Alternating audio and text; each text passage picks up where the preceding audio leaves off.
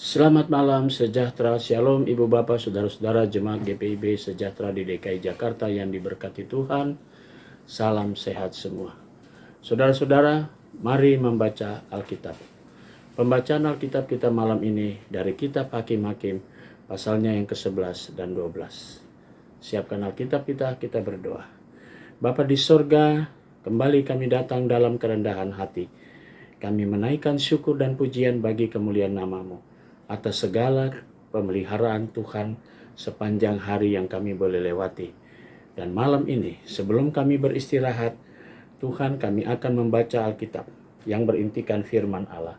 Tuhan, bungkus kami dengan kuasa Roh Kudus-Mu, sehingga kami semua fokus dalam pembacaan Alkitab pada malam ini. Kami mau serahkan diri kami, dan doa ini kami alaskan dalam nama Yesus Kristus, Tuhan dan Juru Selamat kami yang hidup. Amin. Selamat malam Bapak Ibu yang dikasihi Tuhan Yesus Kristus. Pada malam hari ini bacaan Alkitab diambil dari Hakim-Hakim 11 dan 12 yang menyatakan Yefta dan Gilead. Adapun Yefta orang Gilead itu adalah seorang pahlawan yang gagah perkasa, tetapi ia anak seorang perempuan sundal. Ayah Yefta ialah Gilead. Juga istri Gilead melahirkan anak-anak lelaki baginya. Setelah besar anak-anak istrinya ini, maka mereka mengusir Yefta, katanya kepadanya, "Engkau tidak mendapat milik pusaka dalam keluarga kami, sebab engkau anak dari perempuan lain." Maka larilah Yefta dari saudara-saudaranya itu dan diam di tanah Tob. Di sana berkumpullah kepadanya petualang-petualang yang pergi merampok bersama-sama dengan dia. Beberapa waktu kemudian Bani Amon berperang melawan orang Israel. Dan ketika Bani Amon itu berperang melawan orang Israel, pergilah para tua-tua Gilead menjemput Yefta dari tanah Tob. Kata mereka kepada Yefta, "Mari, jadilah panglima kami dan biarlah kita berperang melawan Bani Amon." Tetapi kata Yefta kepada para tua-tua Gilead itu, "Bukankah kamu sendiri membenci aku dan mengusir aku dari keluargaku? Mengapa kamu datang sekarang kepadaku pada waktu kamu terdesak?" Kemudian berkatalah para tua-tua Gilead kepada Yefta, "Memang kami datang kembali sekarang kepadamu. Ikutilah kami dan berperanglah melawan Bani Amon, maka engkau akan menjadi kepala atas kami, atas seluruh penduduk Gilead." Kata Yefta kepada para tua-tua Gilead, "Jadi jika kamu membawa aku kembali untuk berperang melawan Bani Amon, dan Tuhan menyerahkan mereka kepadaku, maka akulah yang akan menjadi kepala atas kamu." Lalu kata para tua-tua Gilead kepada Yefta, "Demi Tuhan yang mendengarkannya sebagai saksi antara kita, kami akan berbuat seperti katamu itu." Maka Yefta ikut dengan para tua-tua Gilead, lalu bangsa itu mengangkat dia menjadi kepala dan panglima mereka. Tetapi Yefta membawa seluruh perkaranya itu ke hadapan Tuhan di Mizpa. Kemudian Yefta mengirim utusan kepada Raja Bani Amon dengan pesan, "Apakah urusanmu dengan aku, sehingga engkau mendatangi aku untuk memerangi negeriku?" Jawab Raja Bani Amon kepada utusan Yefta, "Orang Israel ketika berjalan keluar dari Mesir telah merampas tanahku, dari sungai Arnon sampai ke sungai Yabok dan sampai ke sungai Yordan. Maka sekarang kembalikanlah semuanya itu dengan jalan damai." Lalu Yefta mengirim pula utusan kepada Raja Bani Amon dengan pesan, "Beginilah kata Yefta, orang Israel tidak merampas tanah orang Moab atau tanah Bani Amon. Sebab ketika berjalan keluar dari Mesir, orang Israel melalui padang gurun sampai ke laut Tiberau dan tiba di Kadesi. Ketika itu orang Israel mengirim utusan kepada raja negeri Edom dengan permintaan, "Izinkanlah kiranya kami berjalan melalui negerimu ini." Tetapi raja negeri Edom tidak mau mendengar. Mereka mengirim juga utusan kepada raja negeri Moab, tetapi raja ini menolak. Maka orang Israel tinggal di Kadesi. Kemudian mereka berjalan melalui padang gurun, menempuh jalan keliling tanah Edom dan tanah Moab. Lalu sampai ke sebelah timur tanah Moab, maka berkemahlah mereka di seberang sungai Arnon, dengan tidak masuk daerah Moab, sebab sungai Arnon itulah batas daerah Moab.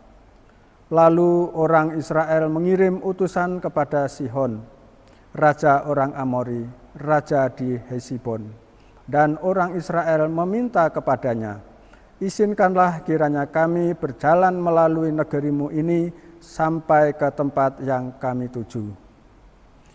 Tetapi Sihon tidak percaya kepada orang Israel yang hendak berjalan melalui daerahnya itu.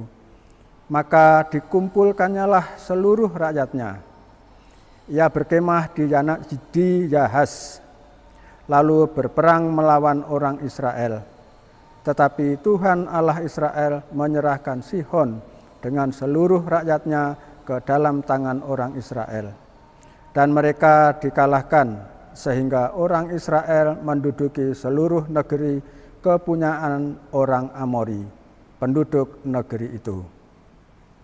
Demikianlah dimiliki orang Israel seluruh daerah orang Amori itu, dari sungai Arnon sampai ke sungai Yabok, dan dari padang gurun sampai ke sungai Yordan. Maka sekarang Tuhan Allah Israel telah merebut milik orang Amori. Bagi Israel umatnya, apakah engkau hendak memiliki pula tanah mereka itu? Bukankah engkau akan memiliki apa yang diberi oleh Kamos Allahmu? Demikianlah kami memiliki segala yang direbut bagi kami oleh Tuhan Allah kami. Lagi pula, apakah engkau lebih baik dari Balak bin Sipor, raja Moab? Pernahkah ia menuntut hak kepada orang Israel, atau pernahkah ia berperang melawan mereka? Ketika orang Israel diam di Hesibon dengan segala anak kotanya, di Aror dengan segala anak kotanya, dan di segala kota sepanjang kedua tepi sungai Arnon selama 300 tahun. Mengapa pada waktu itu engkau tidak melepaskan kota-kota itu? Jadilah aku tidak bersalah terhadap engkau, tetapi engkau berbuat jahat terhadap aku dengan berperang melawan aku. Tuhan hakim itu, dialah yang menjadi hakim pada hari ini antara orang Israel dan Bani Amon. Tetapi Raja Bani Amon tidak mendengarkan perkataan yang disampaikan kepadanya oleh utusan-utusan Yefta. Lalu roh Tuhan menghinggapi Yefta, ia berjalan melalui daerah Gilead dan daerah Manasye. Kemudian melalui Mispa di Gilead, dan dari Mispa di Gilead ia berjalan terus ke daerah Bani Amon. Lalu bernasarlah Yefta kepada Tuhan, katanya, "Jika engkau sungguh-sungguh menyerahkan Bani Amon itu ke dalam tanganku, maka apa yang keluar dari pintu rumahku untuk menemui aku pada waktu aku kembali dengan selamat dari Bani Amon, itu akan menjadi kepunyaan Tuhan, dan aku akan mempersembahkannya sebagai korban bakaran." Kemudian Yefta berjalan terus untuk berperang melawan Bani Amon, dan Tuhan menyerahkan mereka ke dalam tangannya. Ia menimbulkan kekalahan yang amat besar di antara mereka, mulai dari Aror sampai dekat Minit, 20 kota banyaknya, dan sampai ke Abel Keramim, sehingga Bani Amon itu ditundukkan di depan orang Israel. Ketika Yefta pulang ke Mispa, ke rumahnya, tampaklah anaknya perempuan keluar menyongsong dia dengan memukul rebana serta menari-nari. Dialah anaknya yang tunggal, selain dari dia tidak ada anaknya laki-laki atau perempuan. Demikian demi dilihatnya dia, dikoyakkannya lah bajunya, sambil berkata, "Ah anakku, engkau membuat hatiku hancur luluh, dan engkaulah yang mencelakakan aku. Aku telah membuka mulutku bernazar kepada Tuhan, dan tidak dapat aku mundur." Tetapi jawabnya kepadanya, "Bapa, jika engkau telah membuka mulutmu bernazar kepada Tuhan, maka perbuatlah kepadaku sesuai dengan nazar yang kau ucapkan itu, karena Tuhan telah mengadakan bagimu pembalasan terhadap musuhmu, yakni Bani Amon itu." Lagi katanya kepada ayahnya, "Hanya izinkanlah aku melakukan hal ini, berilah keluasan kepadaku 2 bulan lamanya, supaya aku pergi mengembara ke pegunungan dan menangisi kegadisanku bersama-sama dengan teman-temanku." Jawab Yefta, "Pergilah." Dan ia membiarkan dia pergi 2 bulan lamanya. Maka pergilah gadis itu bersama-sama dengan teman-temannya menangisi kegadisannya di pegunungan. Setelah lewat ke-2 bulan itu, kembalilah ia kepada ayahnya. Dan ayahnya melakukan kepadanya apa yang telah dinazarkannya itu. Jadi gadis itu tidak pernah kenal laki-laki, dan telah menjadi adat di Israel, bahwa dari tahun ke tahun anak-anak perempuan orang Israel selama 4 hari setahun meratapi anak perempuan Yefta orang Gilead itu. Pasal yang ke-12. Dikerahkanlah orang Efraim, lalu mereka bergerak ke Safon, dan mereka berkata kepada Yefta, "Mengapa engkau bergerak untuk memerangi Bani Amon dengan tidak memanggil kami untuk maju bersama-sama dengan engkau? Sebab itu kami akan membakar rumahmu bersama-sama kamu." Tetapi jawab Yefta kepada mereka, "Aku dan rakyatku telah terlibat dalam peperangan yang hebat dengan Bani Amon. Lalu aku memanggil kamu, tetapi kamu tidak datang menyelamatkan aku dari tangan mereka. Ketika kulihat bahwa tidak ada yang datang menyelamatkan aku, maka aku mempertaruhkan nyawaku dan aku pergi melawan Bani Amon itu. Dan Tuhan menyerahkan mereka ke dalam tanganku. Mengapa pada hari ini kamu mendatangi aku untuk berperang melawan aku?" Kemudian Yefta mengumpulkan semua orang Gilead, lalu mereka berperang melawan suku Efraim. Dan orang-orang Gilead mengalahkan suku Efraim itu. Sebab orang-orang itu mengatakan, "Kamulah orang-orang yang telah lari dari suku Efraim." Kaum Gilead itu ada di tengah-tengah suku Efraim dan Manasye. Untuk menghadapi suku Efraim itu, maka orang Gilead menduduki tempat-tempat penyeberangan sungai Yordan. Apabila dari suku Efraim ada yang lari dan berkata, "Biarkanlah aku menyeberang," maka orang Gilead berkata kepadanya, "Orang Efraimkah engkau?" Dan jika ia menjawab, "Bukan," maka mereka berkata kepadanya, "Coba katakan dahulu Sibolet." Jika ia berkata Sibolet, jadi tidak dapat mengucapkannya dengan tepat. Maka mereka menangkap dia dan menyembelihnya dekat tempat-tempat penyeberangan sungai Yordan itu. Pada waktu itu tewaslah dari suku Efraim 42.000 orang. Yefta memerintah sebagai hakim atas orang Israel 6 tahun lamanya. Kemudian matilah Yefta. Orang Gilead itu lalu dikuburkan di sebuah kota di daerah Gilead. Sesudah dia, maka Ebsan dari Bethlehem memerintah sebagai hakim atas orang Israel. Ia mempunyai 30 anak laki-laki, 30 anaknya perempuan dikawininya keluar kaumnya, dan 30 anak perempuan diambilnya dari luar kaumnya untuk anak-anaknya lelaki itu. Ia memerintahkan atas orang Israel 7 tahun lamanya.